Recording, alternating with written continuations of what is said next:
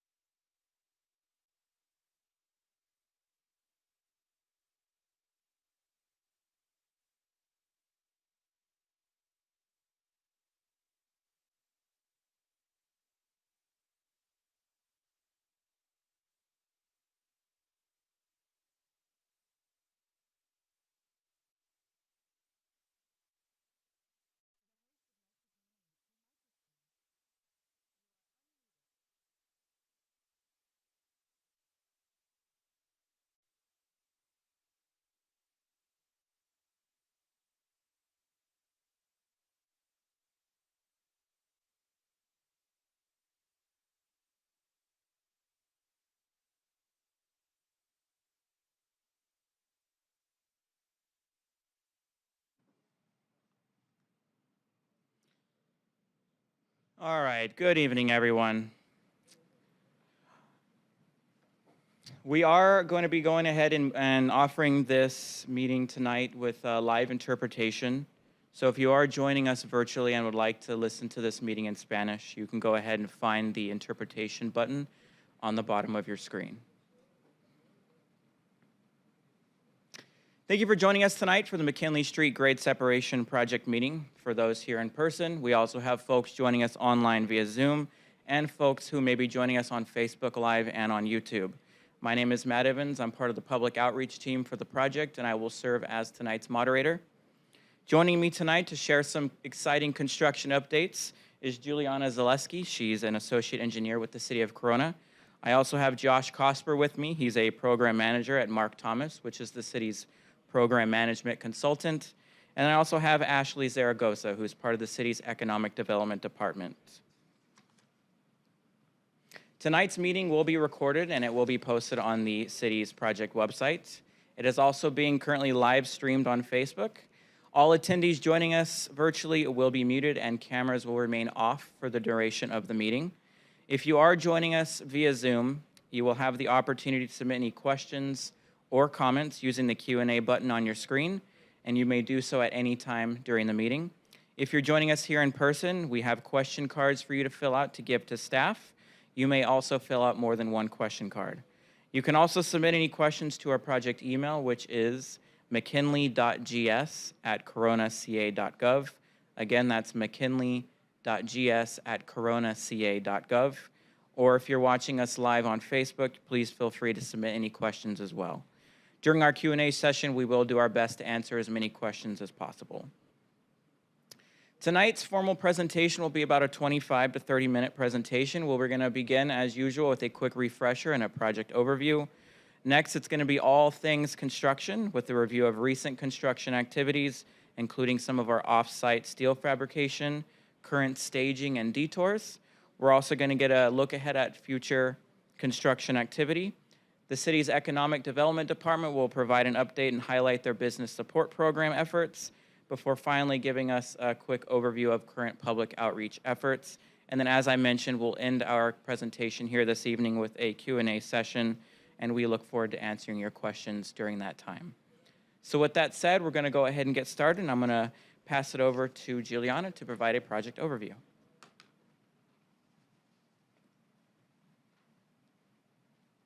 Thank you, Matt. All right, so let's do a quick run through of the project improvements.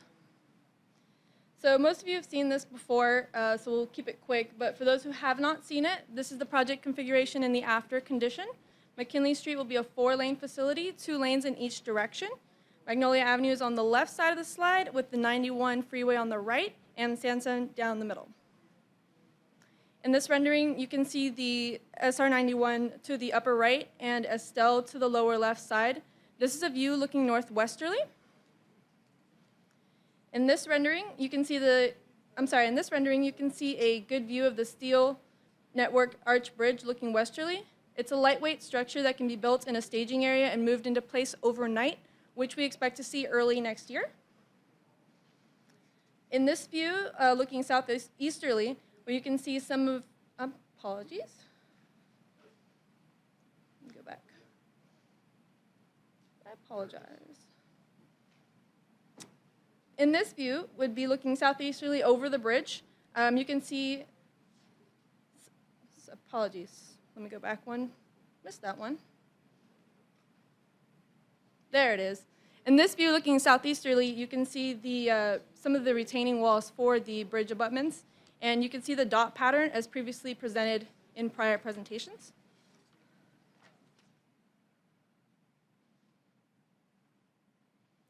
And then on this slide, it's a view looking northeasterly, where you can see the McKinley Street southbound side ramp connecting to Sampson Avenue.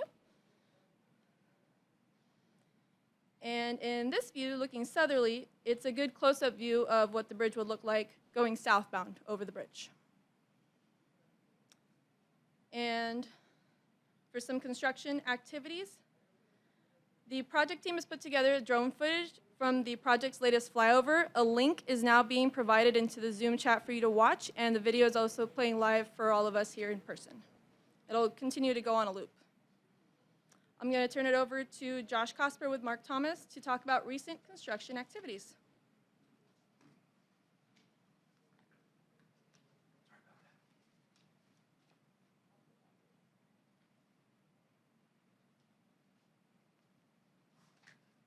Thanks, Juliana. And we were just playing a clicker wrestling match there, so sorry about that. That was my fault. With that said, though, so what have we built on the project since the last public outreach meeting? Well, it starts with the 15-inch sewer. And here's a couple pictures of the trench work and placing the clay sewer pipe north of Sampson Avenue. You hear 15 inches and you think that's not that big, but each one of those pipes are between 100 and 150 pounds per lineal foot. So they weigh quite a bit of pounds. We also made pretty good headway on the 30-inch water transmission. Here's a good picture of the trenching work necessary between the SR91 and Sampson. It's nearly 10 foot deep. Here's a good picture of the ductile iron pipe that goes with it. Like, when you compare it to the sewer pipe, ductile iron is closer to 150 to 200 pounds per lineal foot. So we haven't made the connection yet. There's going to be notices that go out to the public before we have to shut it down to do dewatering for approximately a half day to a day. But we're working our way to getting that done relatively soon. So lastly, with regards to underground utilities, we're nearly complete with all the drainage pipe north of Sampson. Here's a good picture of the lateral, one of the laterals and kind of the work that goes around it. One of the challenges that you have in a project like this where there's a lot of elevation difference is we're often trying to put utilities in first, but often components of them are to future grades. So like here's a perfect example in the lower right corner there, where we had to build up 10 foot of structure in the air, and then the fill and the earthwork and the walls and everything else will get to it over time, just so we can actually make this happen. So what are some of the other challenges on a project like this? Well, utilities, like underground, no matter how much you do to try to map them and locate them, you know, you just can't see them, so you're constantly having to work through it. So this is at the Sampson Avenue intersection as we were getting ready for some of the water line trench work. That's a picture of a vacuum rig of just having to dig, basically suck the dirt around it so we can expose the pipe and it's not damaged during construction. You know, here's another picture of just putting things in perspective. We have these 10, 15 foot deep trenches. This is a utility box trench that you have to go segment by segment as you're putting pipe in and allowing work to be done in there so that way the trench doesn't actually collapse on itself. So what about the bridges and the wall work? You know, we're working to get the bent caps at the top of the columns ready to make the structural steel connections. This is a picture of some of that preparation work in the lower right-hand corner. The retaining walls along the eastbound 91 off-ramp are nearly done. The only item left to finish on them is the crash barriers that sit at the top, which were generally installed after the pavement's in place.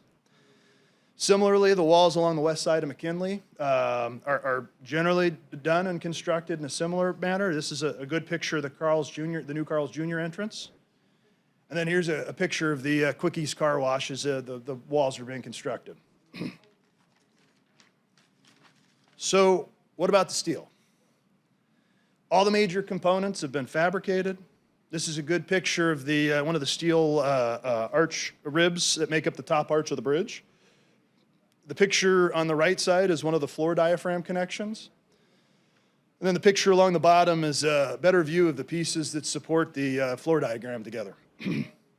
So we discussed what's called progressive fit up in one of the last public outreach meetings. So what is that? Well, that's where they take all the pieces before they are shipped out from Vancouver, Washington to our site, and they actually put them together and kind of make sure that it all fits together in controlled weather. So they'll have temperature settings and everything else that they project at the time this is going to go out, and they put the whole bridge together. So this is a good picture of one of the, the arch ribs, basically the big arch over the top of it as it's going through the progressive fit-up process. Here's basically one of the tie girders, basically the backbone along the bottom that holds the bridge together and connects it to the big columns you see out there and the bent caps. Here's pictures of both tie girders and the arch ribs as they're going through the fit-up process. And each one of those are thousands of pounds. It's actually really neat to see as they have these mobile cranes inside along there that kind of ship these things around. So then, more pictures of the process, but what's great, actually one more, sorry. Now what's great, it's colored. We finally have a color on a lot of this stuff. So that's one of the final steps after they've gone through the progressive fit-up process. So here's a couple pictures of the blue that was chosen by the public and gone through and finally settled. So basically what's next? We're expecting to start seeing steel shipped out to the area where Denny's and Outback used to be between now and the end of the year as we get ready for a bridge move early next year. So, now we finally have some false work in place. So it started with a series of closures over the last couple of weeks, the nightly closures, especially the big ones that was last Monday through Wednesday. You can see some of the notices that were sent out to the public and making sure we're trying to keep everybody in the loop on that. So some of the reasons for the closure is in order to get this false work in place, which I'll talk about in a second, there's a clearance that we need to make and often involves grinding of some of that existing asphalt. So it takes some time to get that going. It's hard to do that with open traffic. So what is false work? Really, think of it as like the supports that hold up the bridge temporarily until the bridge can hold up itself. So here's some good pictures of the grinding, the operations, and ultimately along the bottom, that's what it looked like afterwards, of just after we shaved it off. So the next was to get some of the steel beams in place. And so in areas where we can't, what's called foul the track, where operations, if the crane were to fall over, it would impact the railroad track and possibly cause a temporary closure. We would use the mobile cranes like you see there, lifting these members in place. In the areas where it was a little more confined, we'd use lift-alls basically to get it in place as well. So lastly, lots of advanced warning signage. Since this isn't typical clearance, this is typical for temporary construction. So we followed the Caltrans advanced warning everywhere, making sure everybody knows the vertical clearance and put the safety mechanisms in there to make that happen. So here's what it looked like after we completed last week's work. Still have some touch-up stuff to do on it as we're starting to get more and more. What's it going to look like? Well, this is a great picture of the 91. I'm sure a couple of years ago when that was under construction. You're going to see more wood and other members coming out there as we're getting ready to get the bridge in place and making the connections and whatnot as well. So, traffic control. Here's a good picture of McKinley over Magnolia, or basically from Magnolia to Sampson. The Magnolia intersection at the bottom of the screen there brought back the left, the through, and the right movement. So we have all movement from one of the concerns the public raised over as we modified that. So all forms of traffic going northbound there. Also, you could see that the traffic is pushed to the outside as we're getting ready for WMWD effluent line work, basically a transmission line in that area. So here's a picture from basically the railroad tracks up to the 91. Traffic's pushed to the east side as we're continuing through some of the sewer and water and retaining wall touch-up work that we talked about. This is a picture looking down Sampson to the west. Traffic's pushed to the south side of Sampson through the intersection, and you can see some of the efforts we had to go through in the center there with the K-rail to make sure that pedestrians and walkers have accessibility in basically each direction through construction. So here's a picture of the looking northwesterly over the 91 eastbound off-ramp. Traffic limited in the north side of the ramp down to one lane. We understand it's been a challenging process. However, there's lots of grade changes, a lot of work that goes on. The concrete work itself, as it's poured and working through, it's got a 28-day cure period to actually get to the hardnesses that it needs to support the traffic. So we're working through that process. We're exploring ways to accelerate it so much where we're hoping to have this open and operational similar to what it was pre-limiting it to one lane by end of November, early December. So if we can go sooner, we will. We're working through the concrete pours and some of the other stuff as we go now. And so that would put most of the ramp in its ultimate configuration as we're moving through the project. So obviously, there's been times where traffic congestion occurs. Here's a great picture of it at peak hours, and why we've been actively trying to send out detour information to the public just to try to make sure people can bypass this. This area is an initial. It was a challenge throughout this, and I've said it before, and we've said it before in other presentations. No matter how much you study, no matter how much you try to do it, traffic just doesn't follow your patterns. People are people.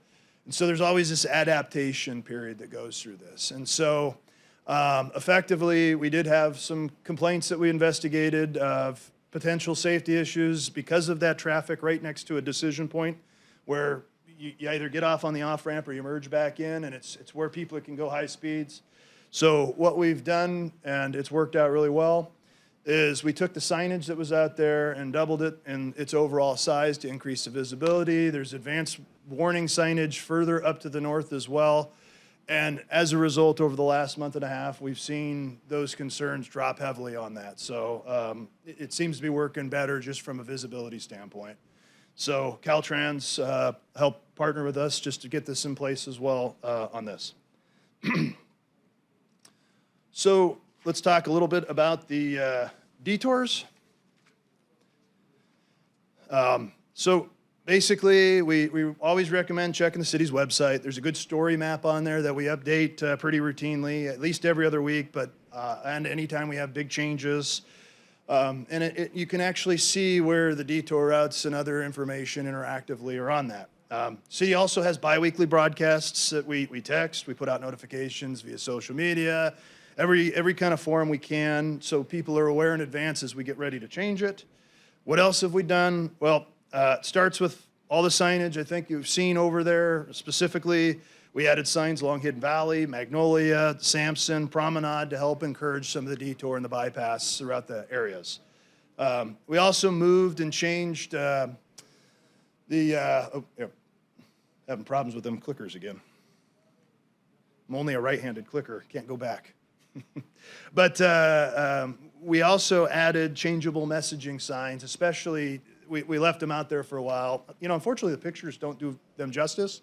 They actually do have good messages on there. It doesn't look like that out in the field. But regardless, we've made sure that those are up to help encourage when we notice problems as well. And so those go up quite often. Signage restrictions, trying to limit the trucks to reduce congestion all throughout McKinley. And so those are out in every which direction to advise trucks to not use McKinley between Magnolia and the 91. We've also hand-delivered customized truck detour notifications and maps to businesses within the project area. You know, this is the type of information we also push through the city's website quite often and biweekly notifications. Similarly, we updated customized detour maps and instructions, everything on the project website. And so we're trying what we can to make sure everybody is noticed as we you know, here's a detour, here's a detour, here's a detour, and any kind of changes that are coming up in the program. All right, so what are we working on next? Well, more retaining walls, which probably boring, but the minute those go in, you really start to notice the project in place. The picture on the top is kind of what you're going to see for a lot of the retaining walls. When they're finished, you know, we'll have some patterns and architectural features on there, but that's kind of your standard MSE wall. Picture, go back again. There we go. Picture on the left and the bottom, both temporary retaining walls. They're called Hilsvicker walls. Basically, because we have traffic open and you can't just fill between both sides of the retaining walls, we need to basically have a temporary wall that you ultimately bury as part of the construction, and so that way traffic's here, and you got an area that supports all the dirt as we're building the fill up to get to the bridge. So you'll start to see those. Those are great pictures of what's out on Hamner Avenue, or at least has been over the last few years, the bridge over the Santa Ana River as they're going through their grade and elevational changes as well. You know, basically, we got the bridge move. I think we're starting to look at early next year of seeing after it's erected and fabricated on site, getting that ready to move in place. And so, as I mentioned previously, we're going to start to see materials shipped out there. And, you know, one of the main ways of doing is you'll see large flatbed lowboys like this that bring these things in from time to time. What's very unique about this project, and it's pretty rare people get to see this kind of mechanism for a bridge move, is this is called a self-propelled modular transport. And it's like a little mini roller that you can remote control, but it'll actually extend and lift it up. And so 4 to 6 of those will be out there that basically the whole bridge is dropped in. It'll go through Sampson to the old bridge, move in place, and then you'll see it lift up over time and then dropped into the abutments, on top of the abutments and the false work that we're building right now. So that's what that looks like. Here's exactly what I'm talking about. This is a smaller tight arch network bridge in the Detroit area. And you can kind of see the bridge move. It seems exciting. I will warn the folks that are just itching to go out and actually watch this in person.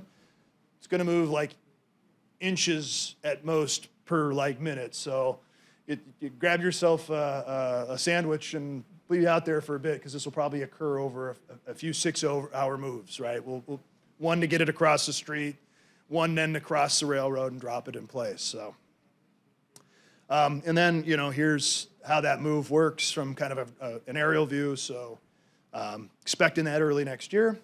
And then, you know, lastly, it's just the continuous roadway and utility work as we're going through and kind of systematically getting this ready for the bridge to get into place. So that said, I'm going to turn this over to Ashley Zaragova to go over the economic development efforts.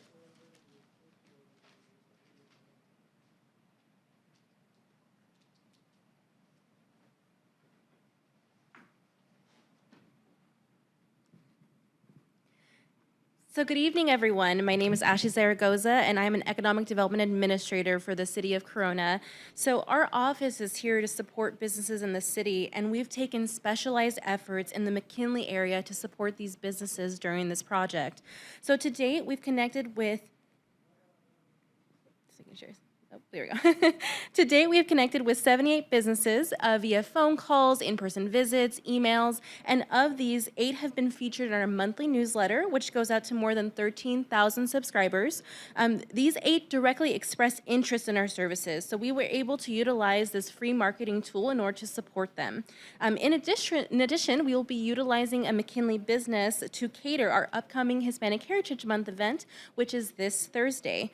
So our goal is to continue supporting businesses, and in the next slide, I'm going to go into more details about the many ways that we can do this. So as mentioned, we offered free business promotion opportunities. We can utilize our monthly newsletter, as well as our social media outlets in order to best inform the community on your business. We also have a dedicated segment that we've kept continuous for McKinley. We always include a link to the project map detailing any closures and pathways, again, keeping the community informed. So we also offer additional resources. We offer workforce support. This can be through subsidized training opportunities with the county, as well as our own dedicated Live Work Corona website that seeks to connect our Corona employers with the local workforce. We also have some exciting news about funding opportunities that will be available to businesses in the city of Corona. We are creating small business grants that will be focused on business resiliency, education, and to support. So to clarify, this is not a McKinley-specific grant program, but we will be open to all Corona-based businesses.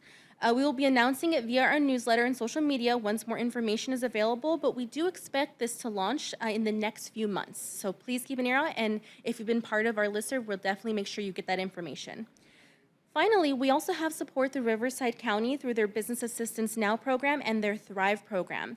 They offer targeted services to support businesses and may have grants available depending on your needs. We'd be very happy to connect you with a county representative if you're interested in learning more. So with that, I'd like to say, if you are in business in need of support, if you're either here in person or listening online, please reach out.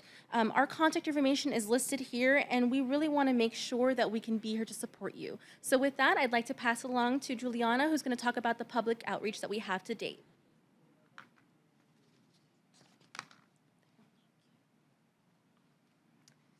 Thank you, Ashley.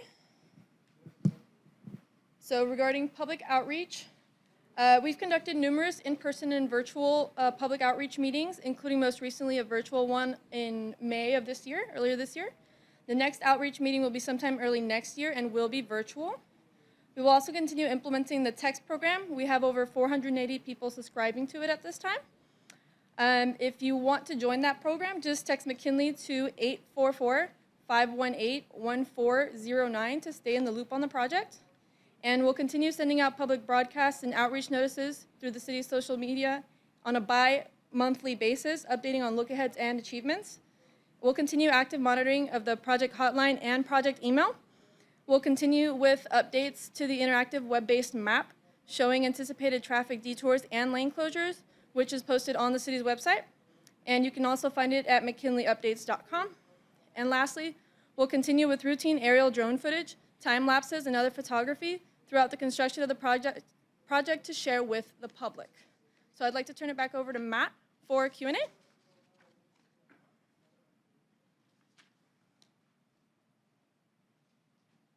All right, thank you, Juliana. As she mentioned, we are now going to transition into the Q&A portion of tonight's meeting. So if you are joining us tonight via Zoom, you have the opportunity to submit your questions using the Q&A button on your screen. We will not be taking any verbal questions tonight, online or here in person, but if you are here in person, please fill out the question cards that we have at the front. We also have staff walking around to collect those question cards right now. And if you have additional questions, please feel free to grab some staff to collect those question cards, and then again, we have them there at the front of the room. You may also submit your questions via our project email, which is mckinley.gs@coronaca.gov. Again, our project email, mckinley.gs@coronaca.gov. As mentioned, we will do our absolute best to answer as many questions as possible tonight. We only ask that you give us a few minutes or a few seconds to process those questions as they come in before we answer them live.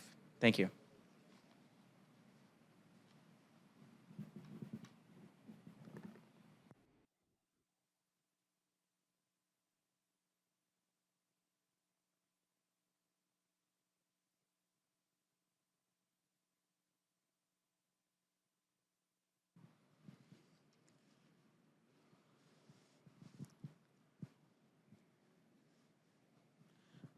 All right, so we've already had quite a few questions come in since we did open up the meeting. So we will go ahead and jump right in, and then again, we will process some questions as they come in. The first question, I think, Juliana, you'd be the best to answer this one. When will we see the bridge start to get moved into place? Sure. So you're going to start seeing the bridge getting constructed at the contractor's yard over there where Denny's and Outback used to be. That'll start probably later this year, and then it'll move into place early next year. Thank you, Juliana. I think I might have another one for you as well, and it's regarding the holiday season coming up. Will there be any closures during the holiday season? We do not anticipate any closures at this time during the holiday season. They would be next year, but when they do come, we will make sure to program them so that they don't conflict with any kind of peak holiday traffic, anything like that. And when they do come, we'd prefer them to be night closures so that they affect the public the least amount possible. Thanks again, Juliana. Ashley, I have one for you here because it's regarding economics and the businesses in the project area. So are there any services that will be offered to impacted businesses and property owners even after construction is complete? Absolutely. So please continue working with us if you have done so far, or reach out to us if it's your first time. Our job is really to support our businesses here in the city as a whole, and that includes retention. So even after this construction project is over, all the services that we previously listed is going to be available to you. So please make sure to stay in contact with us, and we can make sure to help you as the process continues. Thank you. Thank you, Ashley. Josh, I want to make sure you get in here. So this question is regarding the eastbound 91 off-ramp. When will the second exit lane from that off-ramp to McKinley be reopened? This person's mentioning that there's obviously major traffic backup there. Yeah, I was expecting this question. So let's start with this. I think sometimes people will look at something like that and think, boy, that's taken a long time. And I tried to address this in the presentation a bit, but one of the big challenges with the ramp is it's about 4+ feet higher in a lot of areas. So it takes time once the traffic control is in place to actually get the fill and the work going to get that, let alone the concrete itself has to be poured in segments, just based on how Caltrans has tested and specifications and whatnot, and there's a long cure period. And a cure period really is concrete hardens to about 90-95% of how hard it's going to be at 7 days, but for freeway traffic and the amount of wear and tear that this thing's going to take, it takes 28 days. And so we have been looking at every option and alternative we can to accelerate that. Ultimately, where we're at is we expect, as I mentioned in the presentation, sometime into November, early December, to try to have the ramp up and operational with more lanes. So, Thank you, Josh. Juliana, back over to you. This question is about the completion date. So they want to know, what is the anticipated construction completion date, and is it behind schedule? So at this time, the project is estimated to be completed in mid-2024. That's what we have at this time. Thank you. Again, just allow us a few moments to process all the questions we are getting, and they are rolling in. Let's see here. Juliana, I got another one for you. It's regarding on-site contact. So who can the public contact on-site during construction? Sure, so there's not a specific person to contact, but we do have a construction management team, that's Falcon Engineering, on site all the time. They have a project dispatch number that you can contact that's separate from the city's project hotline, and a separate email address. Their phone number for dispatch is 951-582-3793. That number again is 951-582-3793, and they will you can call that number, you can't text that number, and they are responsive to that. Their email is also mckinleyproject@falcon-ca.com. That's mckinleyproject@falconca.com. They are responsive there as well. And if you'd like these contact information, it's posted here. And then we've also provided this information to tenants around that project area as well. Thank you, Juliana. Josh, back at you. When will the drop-down driveway in the former Food for Less Center be constructed and then completed? Yeah, right now, the bridge needs to be in place and the traffic on the bridge, which will happen sometime, as we were talking about, early next year. So it would be sometime between spring and mid next year as one of the last items of work. Thank you, Josh. Got one more for you. So hold your breath. Can a right turn lane be added from Sampson to McKinley to help traffic flow onto the freeway? Yeah, so unfortunately, we need every space of work area it's really tight as it is. And so not during this phase. And so what will end up happening is once the bridge is in place as part of early next year's operation, we start to swift the traffic up. You'll have that slip ramp down that will smoothen that up to make that ability to go through or right as we move into the phase 3. But it's not something we can do immediately right now. Thank you, Josh. Juliana, got another one for you. Let's see. Now with all the construction going on McKinley and all the traffic has found this person's street, as a way around it, including our Corona buses who zoom up and down during the day, what is the city's plan to repair and make the roadway better and a better alternate to get to where they need to go? Sure, so we post detours purposely to get traffic around the project area, specifically in the main thoroughfares, so they are not going into these smaller roads. However, if they can let us know which particular roads they are talking about, they can address those to the Public Works team, including myself, and we will address those. Sure. Yep. We've particularly put a lot of emphasis into the detours to get out of Griffin Way.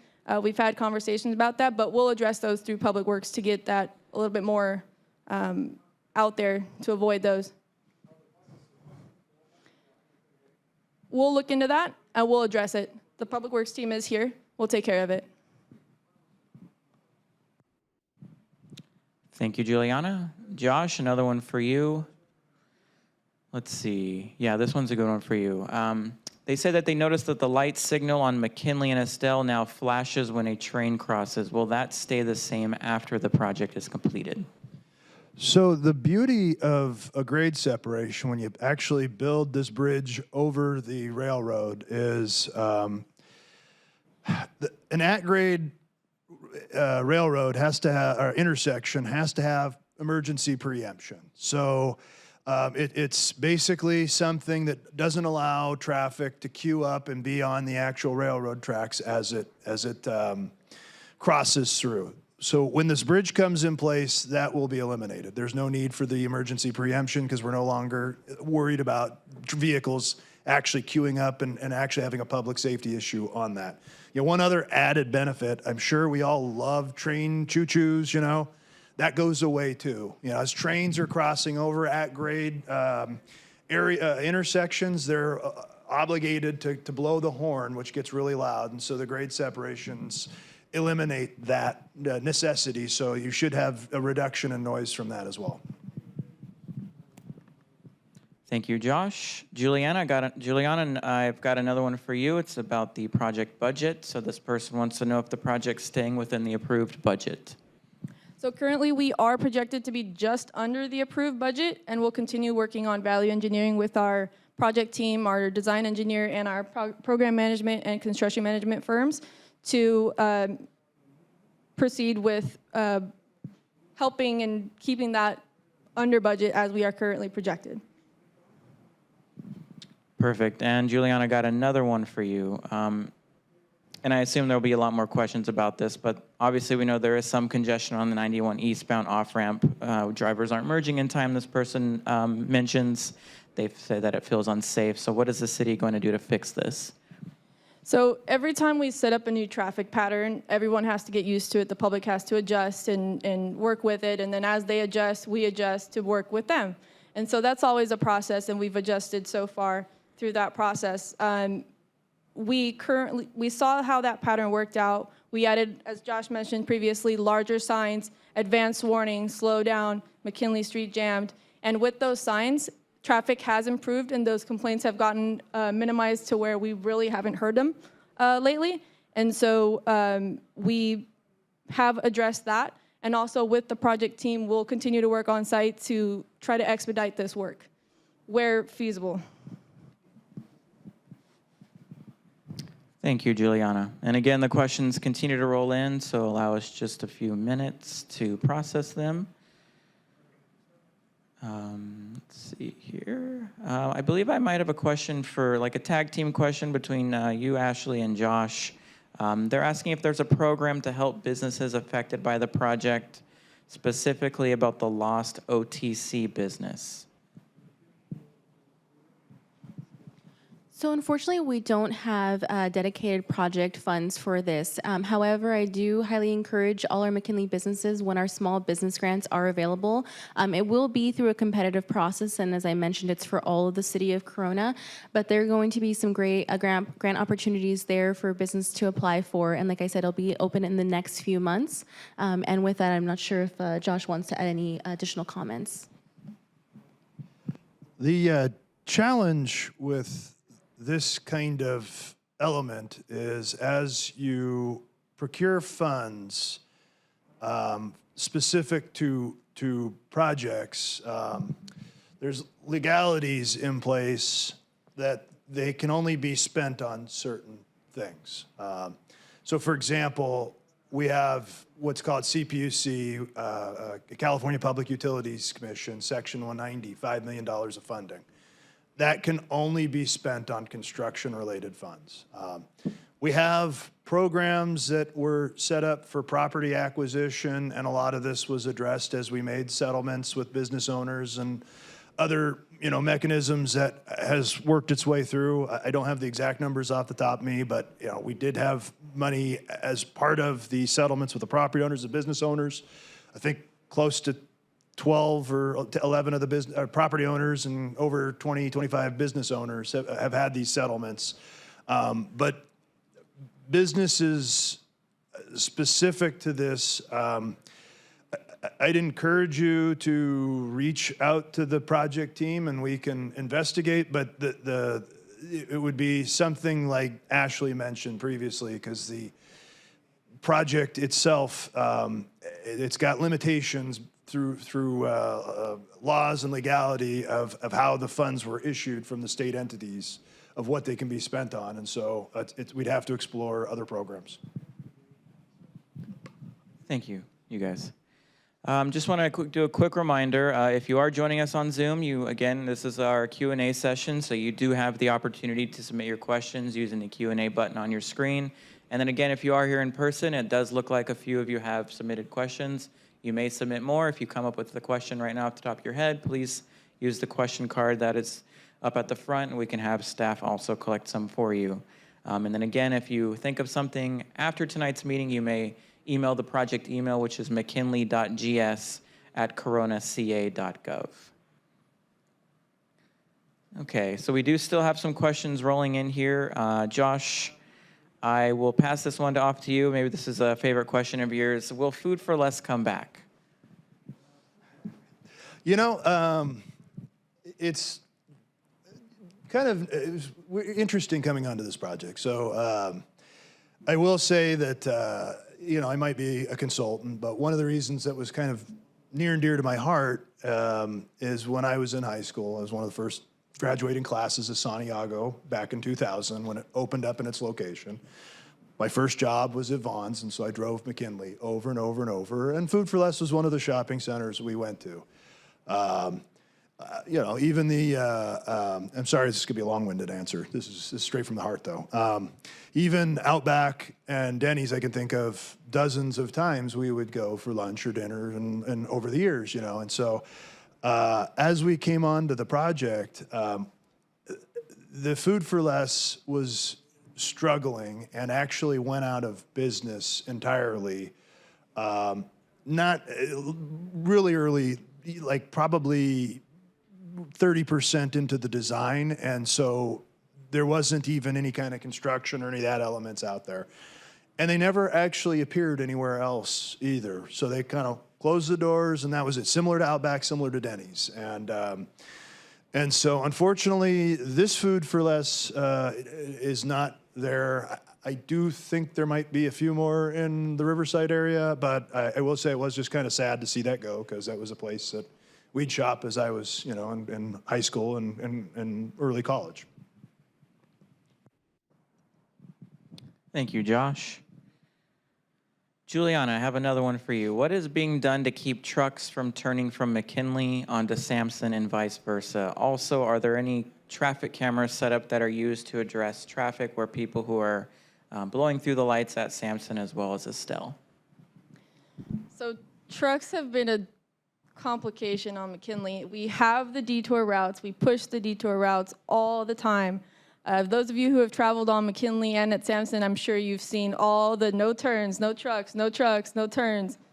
It's hard. But we do continue to push out the detours. We continue to push the regulatory signs. They are enforceable. So when we have enforcement out there, those signs are enforceable and you will get ticketed. But we also do have traffic cameras at Sampson and McKinley and at Magnolia and McKinley. So they are there. They do record. Please, no trucks. Thank you, Juliana. Josh, have another one for you. This person wants to know, will there be periods of time when McKinley will be closed both ways? And if so, when and for how long? I was hoping to avoid that question. No, I'm kidding. So we've said numerous times, there'll be a handful of what are called 55-hour or long weekend closures. Now, it's kind of interesting what that means in particular back in the old days, pre-COVID, is generally we found traffic would be light on the weekends, and so you would close it Friday at like 6, 7, 8 p.m. and through the weekend. Well, now traffic's kind of different now, and so it's likely going to be in the week and when that happens, but there's going to be periods of time where that is going to have to happen because of the bridge move, and so and some 91 work as well. So there'll be at least 1 to 2 and maybe day closures. Most closures we're trying to do at nighttime where it's any kind of two-way closure, and something that is short term. So that way during the morning and the peak traffics, it's open.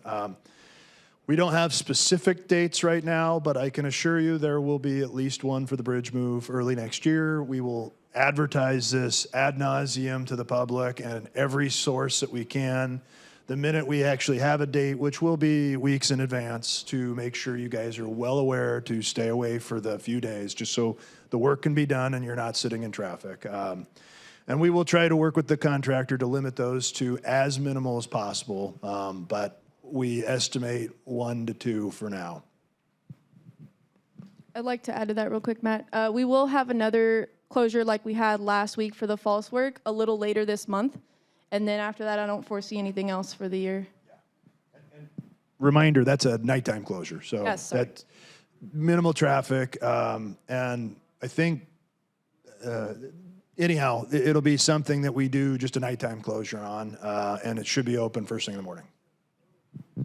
Yeah, and that's a perfect segue. If you are joining us via Zoom or online here in person and you'd like to receive those construction alerts, you may do so. We do have a project website set up for this project. It's McKinleyUpdates.com. You can view live lane closures, live detour information on that website. You can also sign up for the bi-weekly construction alerts that we do send out for the McKinley Street project. Again, McKinleyUpdates.com. If you're not receiving those construction updates, you can go on that website, sign up for construction alerts, view our project fact sheet, and then again, we do have live lane closures, progress photos, any detour information for the public and for large delivery trucks as well on that website. Again, McKinleyUpdates.com. So we will give the Q&A session about 5 more minutes right now. If you are joining us again via Zoom, continue to use the Q&A button. If you're here in person, we do continue to have question cards for you. But again, we'll give the Q&A session about 3 to 5 more minutes. We'll see if any additional questions come in. And then if not, we will go ahead and conclude the meeting. I'll provide some more ways to stay connected to the project. Thank you.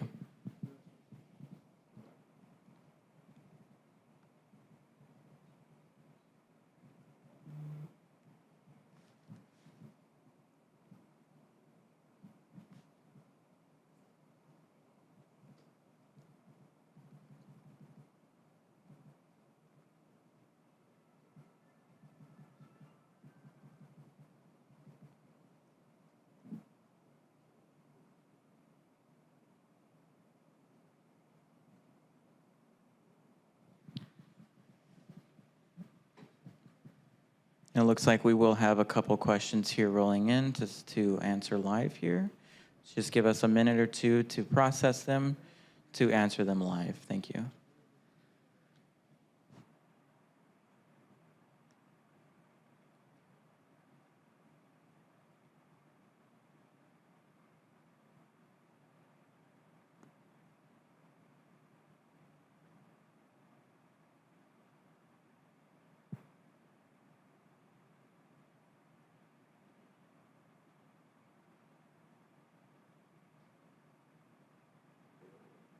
And then also, if email is not your thing and you prefer to get text messages, we do also have a text program set up for this project. It was mentioned briefly earlier, but you can text the word McKinley to 844-518-1409. We also send bi-weekly construction alerts through text. So we do have one question here. Probably a tag team question between Josh and Juliana, but this person notes that they didn't apply for a settlement. What kind of help may they get now?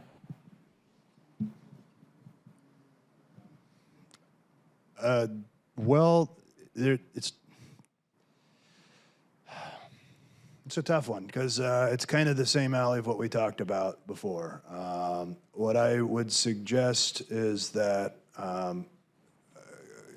contact the project team and we can try to see what can be done, but it's really a challenge because it's not like there's just money that can be thrown to this. There's a process, and it generally involved, when we went through the eminent domain process, that these businesses were named in the suit just because of potential impacts on it, and notices were distributed, and there was a process for response on this. But I would suggest that email the project team and we can investigate to see what kind of avenues there are in a case like this. And we'll just leave it at that. Thank you, Josh. Again, we'll give it about 1 or 2 more minutes to see if any additional questions do come in. Again, you can use the Q&A button if you're joining us via Zoom, and then those joining us in person, I know you've asked your questions, but if you think of one, go ahead and please submit another question card if you would like.